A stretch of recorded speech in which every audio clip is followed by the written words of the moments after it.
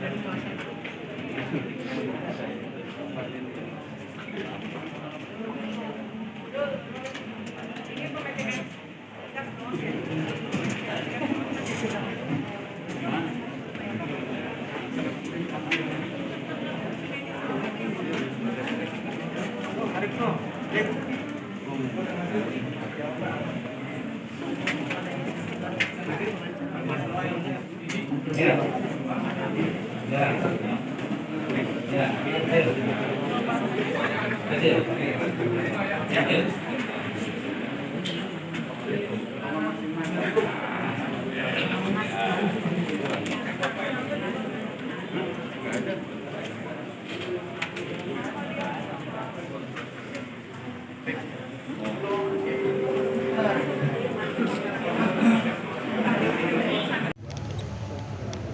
Dalam gugatan itu dinyatakan tergugat dua adalah Ustadz Yusuf Mansur sebagai pribadi dan sebagai direktur PT Inex.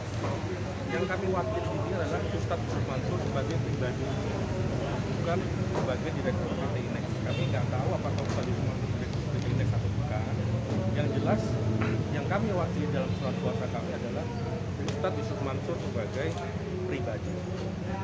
Kemudian yang ketiga ada Bapak Jody, komisaris dari PT Inex. Jadi gini teman-teman ya, saya hanya menjelaskan proses persidangan hari ini. Saya nggak akan bicara materi gugatan karena materi gugatan adalah wilayah penggugat. Ini masih sidang pertama. Hal-hal detail mengenai materi gugatan itu silakan tanyakan kepada penggugat. Hari ini tadi teman-teman sudah lihat semua, ternyata majelis hakim masih meminta pihak penggugat untuk menyempurnakan gugatannya mengenai alamat tergugat satu dan menunggu panggilan terhadap tergugat tiga.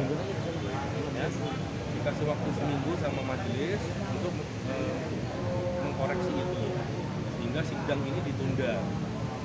Jadi setelah sidang ini nanti mungkin setelah itu sudah dibenarkan, agenda selanjutnya adalah mediasi. Jadi masih akan sangat panjang dan ini masih akan sangat, ini hari ini masih sangat di awal. Jadi seperti yang sudah saya sampaikan sebelumnya, teman-teman ya harap sabar. Saya tidak akan membuat statement apapun mengenai materi gugatan hari ini karena tadi masih prosesnya masih sangat panjang. Nanti masih ada mediasi, masih ada jawab menjawab, pembuktian dan segala macam. Mungkin pada saat nanti kami akan memberikan statement mengenai materi gugatan, tapi tidak saat ini. Jadi itu harapan tadi pesan Ustadz Yusuf Mansur, beliau seperti yang sebelum-sebelumnya selalu kooperatif menghadapi proses hukum. Teman-teman mungkin sudah beliau melihat sosmed beliau, sudah banyak bicara tentang hal-hal yang sudah dialami beliau, dan beliau selalu kooperatif menghadapi proses hukum. Kemudian yang kedua, beliau minta didoakan agar semuanya bisa berjalan lancar dan semuanya diberikan yang terbaik. Saya rasa gitu aja ya teman-teman ya. Pak,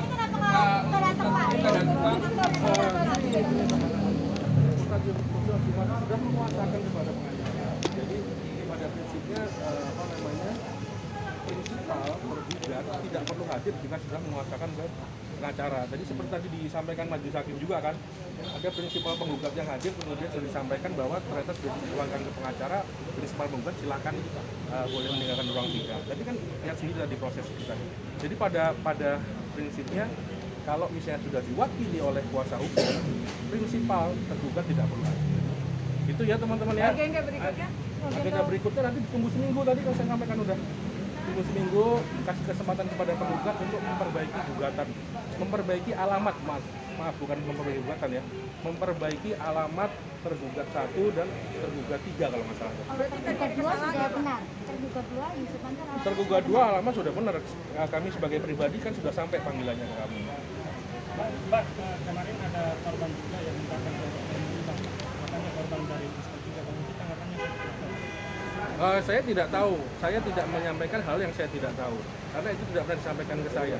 Yang saya sampaikan di sini adalah keterkaitan Ustadz Yusuf Mansur dalam perkara nomor 1340 sebagai tergugat 2 secara pribadi. Itu perkaranya apa, Pak? Perkaranya adalah perkara wan prestasi. Ya. Soal apa Bang? Tadi saya sampaikan ya, untuk detailnya, Enggak, wan prestasinya soal. Wan prestasi soal apa, detailnya silakan tanyakan ke penggugat, ya. Karena apa? Ini masih di awal sekali, itu wilayah dalil penggugat, bukan kami yang mendalilkan. Nanti pada saat kami sudah ada waktu untuk menjawab, untuk menyatakan eksepsi, nanti akan kami sampaikan. Jadi hari ini hanya administrasi soal alamat Iya, itu belum betul. sampai ke pembacaan. Betul. Masih panjang untuk ke proses perkara, karena setelah ini nanti pun dibenarkan masih ada proses mediasi yang akan memakan waktu. Kalau berjalan ya waktu itu maksimal 40 hari. Mediasinya sendiri akan kehadir. Hari ini hanya pemeriksaan berkas perkara dulu ya, untuk menyangkut administrasi panggilan dan segala macam. Tadi majelis meminta kepada penggugat untuk mengkoreksi dulu.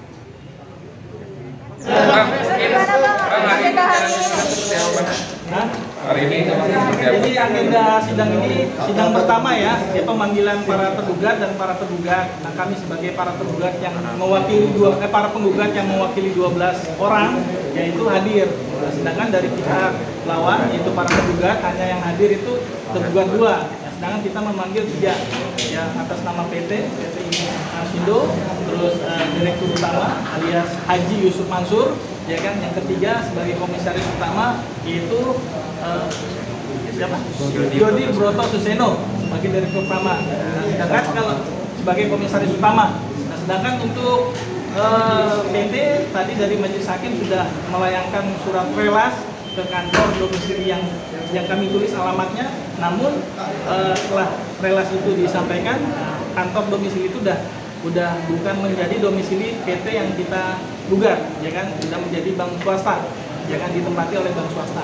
Sedangkan untuk tergugat 3 yaitu komisaris utama ini sedang didelegasikan, karena kan yang mengantar surat itu kan bukan dari Pengadilan Negeri Tangerang, jadi didelegasikan ke Pengadilan Negeri Jogja. Nah, ini kita tunggu, ya kan.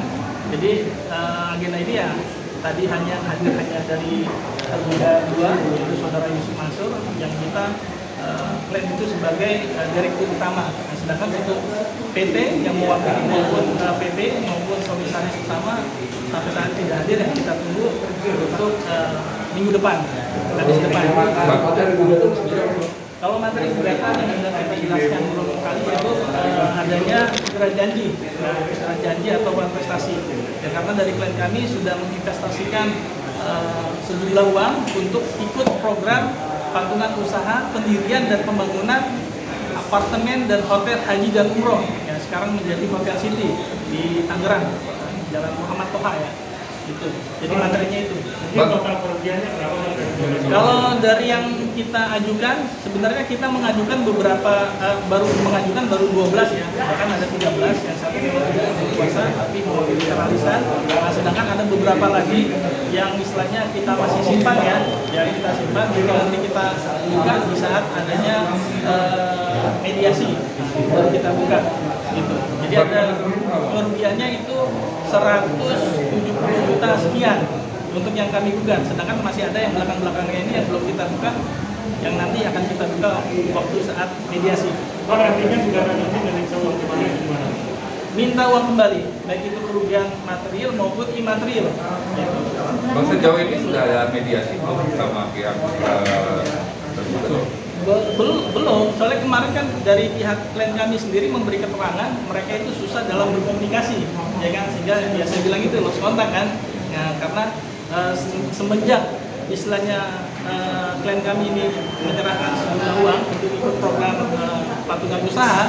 Nah, setelah beberapa tahun kemudian itu ada yang memang tidak setelah dikontak, ya kan, terus di link websitenya apa segala macam itu tidak ada penjelasan sama sekali. Nah, akhirnya lari ke kami kan. Nah, kami pun sudah memberikan surat peringatan atau somasi kepada yang bersangkutan ya, untuk menyelesaikan nih.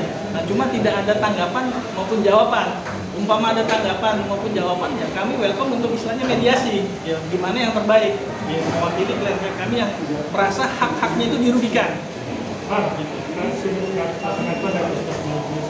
Ada 2.500 investor yang dikeluarkan. Apakah tidak termasuk dari itu? Tidak termasuk. Nah, jadi sebagian besar tidak termasuk, walaupun memang kita tidak menafikan ada 2 yang sudah dikembalikan, ya kan? Nah, cuma dari 12 ini memang tidak menafikan. Kenapa? Ya kan? Nah, ini kan kami mengajukan gugatan ini merupakan formulasi gugatan kami. Jadi terserah kami, ya kan? Kami mau buat bagaimana? Karena dari pihak klien kami sendiri itu merasa apa ya? Ada kerugian yang imaterial yang istilahnya klien kami ini merasa belum dikembalikan, gitu, yang merasa belum dikembalikan. Itu udah teknik kita lah, ada formulasi gugatan yang memang kita ajukan di dalam surat gugatan. Di 2012 akhir dan 2013 akhir. Jadi berapa tahun tuh? Waktu itu janjinya berapa tahun untuk pembuatan hotel itu? Kalau di dalam syarat dan ketentuan itu kan ada syarat dan ketentuan. Jadi setiap tahun kita investasikan ikut program patungan usaha itu akan memberikan hasil 8%, ya kan, per tahun. Ya, akan memberikan bagi hasil 8% per tahun. Nah, cuma sampai saat ini klien kami lapor ke kami, jadi 8% pun tidak diberikan, apalagi pokoknya. Nah, seperti itu. Rata-rata kapan tapi mereka melakukan masa ini adalah ini kita tidak mengucapkan investasi bodong, ya kan? Jadi kita ajukan gugatan ini sebelumnya kita mengadakan analisis, kajian dan bedah kasus ya. Nah, setelah kita bedah ternyata ini lebih cenderung ke perbuatan ikat janji, cedera janji.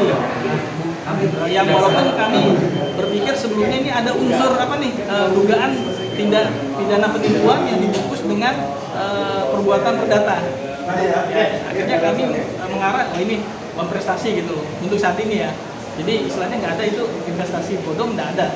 Memang karena wujudnya hotelnya ada gitu. Jadi harus dibedakan juga karakteristik antara uang prestasi cedera janji dengan unsur adanya dugaan penipuan gitu. Bang, rata-rata berapa sih Bang yang tertipu itu kan tadi 170 sekian lah. Ya, itu rata-rata satu orang ada yang 10 juta, ada yang 12 juta, ada yang dia ikut 12 juta 4 sertifikat, jadi 48 juta gitu. Jadi macam-macam kerugian. Bang, itu kalau mereka akhirnya bisa tergiur itu kan udah ditentuin ya nilainya.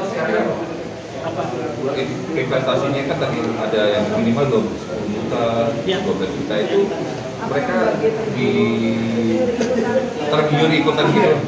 Kalau kebanyakan karena ini kan memang diperuntukkan untuk jamaah haji, umroh dan haji ya, untuk tempat transit, ya kan. Ada mereka menyebutkan karena kepercayaan, ya kan. Nah, sehingga dengan dengan legowo dan kepercayaan seorang yang dianggap baik, ya kan, akhirnya mereka ini ikutlah investasi, ya kan, investasi program patungan usaha hotel dan apartemen haji dan umroh. Itu aja sih. Bang, yang kedua orang yang sudah dikembalikan berapa nominalnya? Yang dikembalikan dari klien sendiri informasi itu 12 juta. Sedangkan kata klien, menurut informasi atau pengakuan dari yang bersangkutan itu dikasih kerohiman juga kan. Tapi faktanya kenyataan dia bilang sendiri klien kita tadi hanya dikasih pokoknya saja. Sehingga itu kita masukkan ke formulasi surat gugatan yang kita ajukan di yurisdiksi Pengadilan Negeri Tangerang ini.